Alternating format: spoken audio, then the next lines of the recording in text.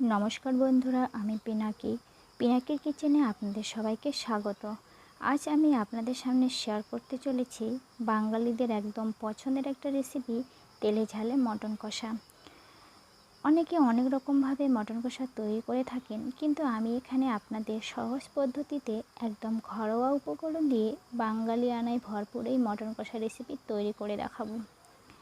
তাই ভিডিওটি স্কিপ না করে শুরু থেকে শেষ পর্যন্ত দেখার অনুরোধ রইল। চলুন তাহলে রেসিপিটি দেখে নেই।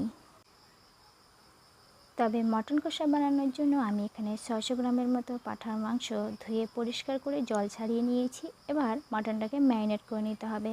ম্যারিনেশনের জন্য 1 টিস্পুন লবণ, 1 টিস্পুন হলুদ গুঁড়ো, 1 টিস্পুন আদা রসুন বাটা, 1 টিস্পুন ঝালের জন্য কাঁচা লঙ্কা বাটা, আর দিয়ে দিচ্ছি 1 টিস্পুন ধনে জিরে বাটা। আর কালারের জন্য নিয়ে নিচ্ছি 1 টিস্পুনের মতো কাশ্মীরি রেড চিলি পাউডার। সবার শেষে দিয়ে নিচ্ছি 4 টিস্পুনের মতো সর্ষের তেল, কিন্তু আপনারা চাইলে সাদা তেলও এই রেসিপিটার জন্য ব্যবহার করতে পারেন। এবারে সমস্ত উপকরণ মিশিয়ে নিয়ে মটনটাকে একটু সময় নিয়ে ম্যারিনেট করে নিতে হবে। লক্ষ্য রাখতে হবে ম্যারিনেশনের সময় যাতে প্রত্যেকটি মটনের টুকরোর গায়ে মশলাগুলো ভালোভাবে লেগে যায়। এরপর মটনটা ম্যারিনেট হয়ে গেলে আমি এটাকে মিনিমাম 30 মিনিটের জন্য ঢাকা দিয়ে রেখে দেব। তবে এই মটন কষা বানানোর জন্য আমাদের একটা সিম্পল ভাজা মশলা বানিয়ে নিতে হবে, আর এই মশলাটা কিভাবে ইউজ করতে হবে সেটাও আমি আপনাদের পরে জানাবো। ভাজা মশলাটা বানানোর জন্য আমাদের লাগছে দারচিনি, লবঙ্গ, এলাচ আর 4টে শুকনো লঙ্কা। দিয়ে দিচ্ছি 1 টিস্পুনের মতো গোটা জিরে আর 1 টিস্পুনের মতো ধনে। এবার মশলাটাকে আমি ভেজে নেব। এই সময় কিন্তু গ্যাসের ফ্লেমটা অতি অবশ্যই লোতে রাখতে হবে। দেখতেই পাচ্ছেন একেবারে ঘরোয়া উপকরণ, আপনাদের একদম অসুবিধা হবে না। মশলাগুলোর কালার একটু চেঞ্জ হয়ে আসলেই আর মশলাগুলো থেকে একটা স্মেল বেরিয়ে আসলেই আমি এটাকে নামিয়ে নিচ্ছি। আর ঠান্ডা হয়ে এলে একটা গুঁড়ো মশলা বানিয়ে নেব। এবারে আমি ফাইনালি মটন কষাটা তৈরি করে নেব। তার জন্য একটা কড়াই বসিয়ে দিয়েছি। কড়াইতে পরিমাণ মতো সর্ষের তেল নিয়ে তেল গরম করে নিয়েছি। তেল গরম করে নিয়ে আমি এখানে দিয়ে দিচ্ছি একটা শুকনো লঙ্কা আর হাফ টিস্পুনের মতো গোটা জিরে। ফোড়নটাকে 30 থেকে 40 সেকেন্ডের মতো লো আছে ফুটিয়ে নেব। আর ফোড়নটা থেকে একটা মিষ্টি স্মেল বেরিয়ে আসলেই এখানে আমি দিয়ে দেব কুচানো পেঁয়াজ। এই রেসিপিটি করার জন্য আমি এখানে দুটো বড় সাইজের পেঁয়াজ নিয়েছি। পেঁয়াজটিকে 2 থেকে 3 মিনিট সময় ধরে কালারটা পরিবর্তন না হওয়া পর্যন্ত মিডিয়াম আঁচে নাড়াচাড়া করে নিতে হবে। তো দেখতে পাচ্ছেন বন্ধুরা, পেঁয়াজের কালারটা অনেকটাই চেঞ্জ হয়ে এসেছে আর পেঁয়াজটাও ভাজা হয়ে গেছে।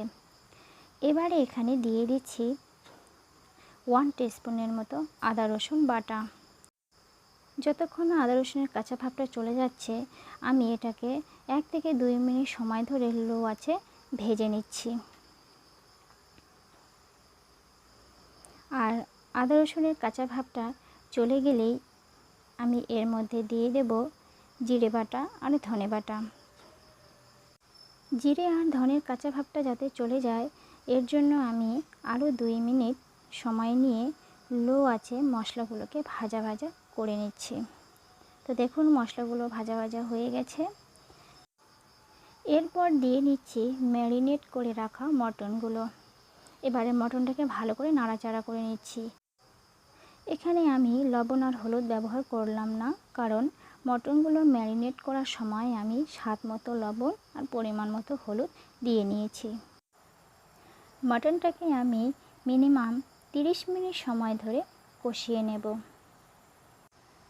তবে মটনটা কষানোর সময় আমি কোনো রকম জল ব্যবহার করব না। মটনটা কষাতে কষাতেই যে তেল জলটা বেরিয়ে আসবে সেটা দিয়েই আমি মটনটাকে ভালোভাবে কষিয়ে নিচ্ছি।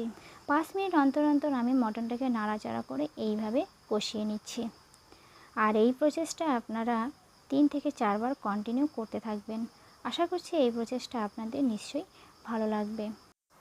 যদি আপনি আজ আমার চ্যানেল প্রথমবার দেখছেন এবং এখনও সাবস্ক্রাইব করেননি, তাহলে অনুরোধ করব প্লিজ চ্যানেলটিকে সাবস্ক্রাইব করে দিন আর পাশে থাকা বেল আইকনে একটা ক্লিক করে দেবেন, যাতে করে আমার নতুন কোনো ভিডিও এলে আপনি তার নোটিফিকেশন মিস না করেন আর ভিডিওগুলি সাথে সাথে পেয়ে যান। তো দেখতেই পাচ্ছেন বন্ধুরা, এইভাবে মটনটাকে কষিয়ে নেওয়ার ফলে কত সুন্দর একটা কালার চলে এসেছে। মটনটা থেকে কিন্তু একটা মিষ্টি স্মেলও বেরিয়ে এসেছে। এই পর্বে মটনটা কিন্তু প্রায় 90% রেডি হয়ে গেছে। এই সময়ে আমাদের দিয়ে দিতে হবে আমি যে ঘরোয়া ভাজা মশলাটা করে রেখেছি সেটা। এবার মশলাগুলো দিয়ে দেওয়ার পর ভালো করে মিশিয়ে নিয়ে আরও 3 থেকে 4 মিনিট লো আঁচে আমি রান্না করে নেব। আমাদের রান্নাটা প্রায় শেষের দিকে হয়ে এসেছে। ভাজা মশলাটা ব্যবহার করার জন্য আমি আর এখানে কোনো গরম মশলা ব্যবহার করলাম না, তবে আপনারা চাইলে গরম মশলা ব্যবহার করতে পারেন কিংবা নাও করতে পারেন, তাতে কোনো অসুবিধে নেই। আমি একটু ধনেপাতা ছড়িয়ে দিয়ে আরও 1 মিনিট লো আঁচে এটাকে রান্না করে নেব। তারপর একটা সার্ভিং প্লেটে নামিয়ে নিয়ে গরম গরম ভাতের সাথে পরিবেশন করে নেব।